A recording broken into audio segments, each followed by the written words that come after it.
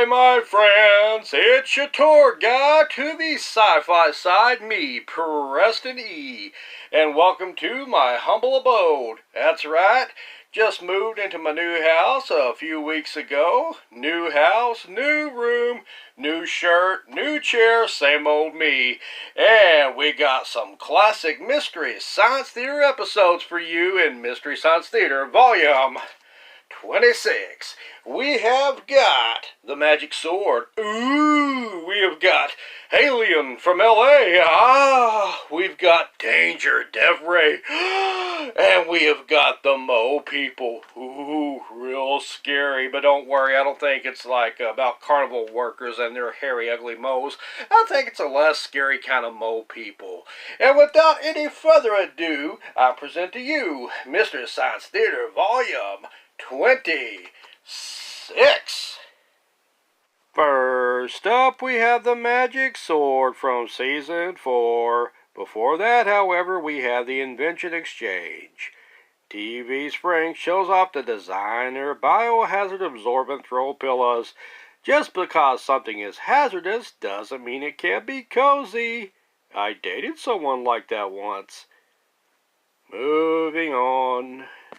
Joe and the bots give us the big gulp berets. Get all artsy fartsy at the opera, the theater, or your child's next play. No one will call you poor trash when you don the big gulp berets. On to the movie. The magic sword, or sword if you prefer, sees a brave young knight defy his overprotective foster mother's desires to stay with her, instead of rescuing a princess, when he locks dear old mama in the basement to go rescue the princess, Mamma Mia. Wait, that's a different movie. Psych! My toe! Young brave Sir George is joined on his quest by 6 other knights, along with Sir not appearing in this movie, to rescue young Princess Helen from evil Wizard Lodak. Evil Wizard Lodak informs Helen's father that he plans on feeding Helen to his pet dragon in 7 days. He's not all bad, though. A dragon has to eat, too. On their quest, young brave Sir George and his knights are met with 7 curses to hinder them on their path to Loda's castle, including an ogre, an ugly hag, deadly green apparitions, and the knights that say nee. Wait, wrong movie. Meanwhile, dear old foster mom Sybil escapes and turns into a large panther, more like an angry cougar, and restores Sir George's power so he can slay the 2-headed dragon and save his honey, and also Helen. He really likes his honey, though, on his biscuits. Sybil steals the magic ring from Lodak and kills him, saving Helen and George, and the 6 dead knights who were killed on the quest earlier return to the wedding of Helen and George as zombies to eat their brains. Sorry, I'm a George A. Romero fan. I mean, everyone lives happily ever after and crap. This movie is a visual trip, as there are plenty of wacky characters in the film, including Sybil's conjoined bald-headed servants who creepily and annoyingly speak at the same time. Estelle Winwood, who plays George's witch foster mother Sybil, seems to be typecasted as witches, as she also plays Enchantra, a witch, aunt of Samantha's in Bewitched, and appears as a witch named Aunt Hilda on an episode of the 60s TV show Batman, along with Carolyn Morticia Jones as Marcia. This visually fun, fast-paced movie and episode gets a 3 out of 5 SOL bones. Up next is Alien from L.A. from Season 5, but first we get the Invention Exchange with Mike J. Nelson this time. Mike and the bots show us Fridge Utters, an utterly fun take on a trusty home appliance. It's moving. I hate myself. Dr. F and TV's Frank demo Vendagut when you really need an organ.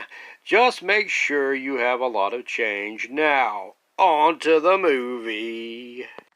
Kathy Ireland plays an awkward, nerdy waitress named Wanda who goes on an adventure in a lost civilization to find her lost father.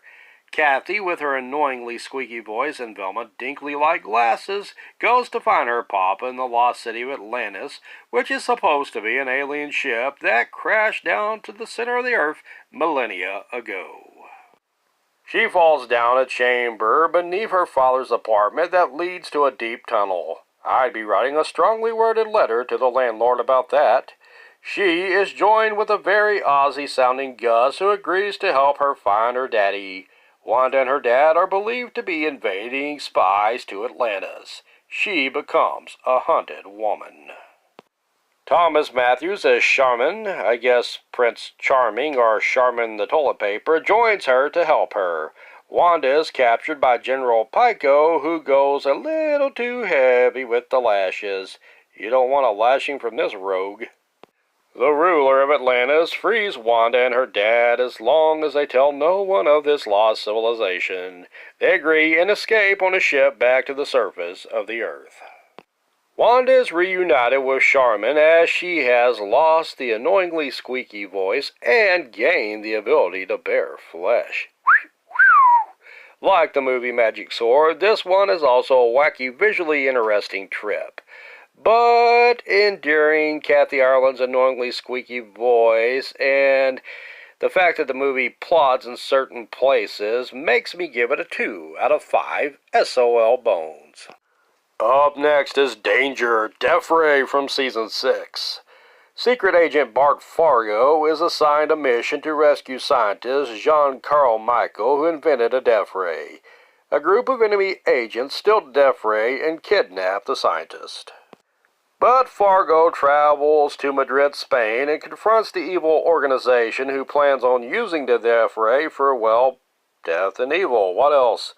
Fargo also befriends an enemy agent who helps him stop the villains from their evil quest of evil, and since this is a spy movie, Fargo has got romantically involved in a romance.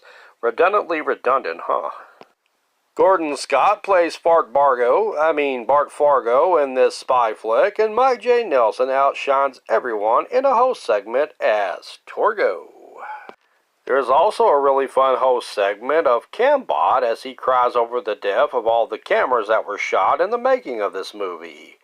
It's a nice touch as Cambot is usually not interacting with the rest of the cast too much other than shooting them, not with a gun, but shooting them since he's a Cambot. If you like lots of shooting and guns and camera shots, and by camera shots I mean shooting cameras with guns, sorry Cambot, this movie will satisfy your need for literal camera shots for a 3 out of 5 SOL bones. And finally we have the Mole People straight from Season 8. The Mole People, contrary to popular belief, is not about carnies and their unpleasant overgrown moles. Didn't I mention that earlier in the video? I think I'm getting repetitive. I repeat, I think I'm getting repetitive. This movie is more pleasant, and it's about a subterranean society beneath Earth's surface of part mole, part people. This 1956 sci-fi gives us a narration of Dr. Frank Baxter, who explains the Hollow Earth theory and mentions this movie is a fictional presentation of that. Well, I should certainly hope so.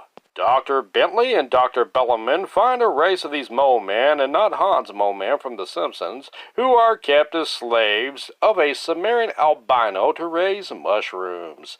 I have a feeling a lot of mushrooms were done in the making of this movie. There is a young girl named Dad. Personally, I think a better name for her would have been a mom or a daughter. It would have been more feminine anyway. Anyhow, she has natural Caucasian skin, and she's not liked by the others very well since she has the mark of darkness. I mean, she might have skid marks in her panties, but that's no reason to hate on her. At one point, the high priest Alina, is that how you pronounce that? Elmo, let's go with Elmo, whatever, that'll tickle me. Anyway, this high priest orders the capture of the archaeologists and takes the flashlights to control the Mole People, but the flashlight battery is dead. Bring in the stunt king. Dad and the remaining archaeologists climb out to the surface. Dad decides to go back home but dies when a pillar falls on her. Bummer. How's a pillow kill you anyway? I mean, we're supposed to be soft. You sleep on them at night, right? You know, guys, I give up. This movie has Hugh Beaumont of Leave It to Beaver fame as Dr. Bellman. This film was one of the lesser celebrated Universal Monster movie classics. Like Alien from L.A., this subterranean, visually interesting movie can be plotting in places, and The Dark Darkness gets a 2 out of 5 SOL Bones. MST3K Volume 26 is a very underground collection that gets a middling 10 out of 20 SOL Bones. Well, that about does it for me. Thank you so much for watching. Please like, sub, and share. I've been Preston E. Garrison, and I'm going once, going twice, going 3 times. Out of here! Wait a second. What? Is that really your voice?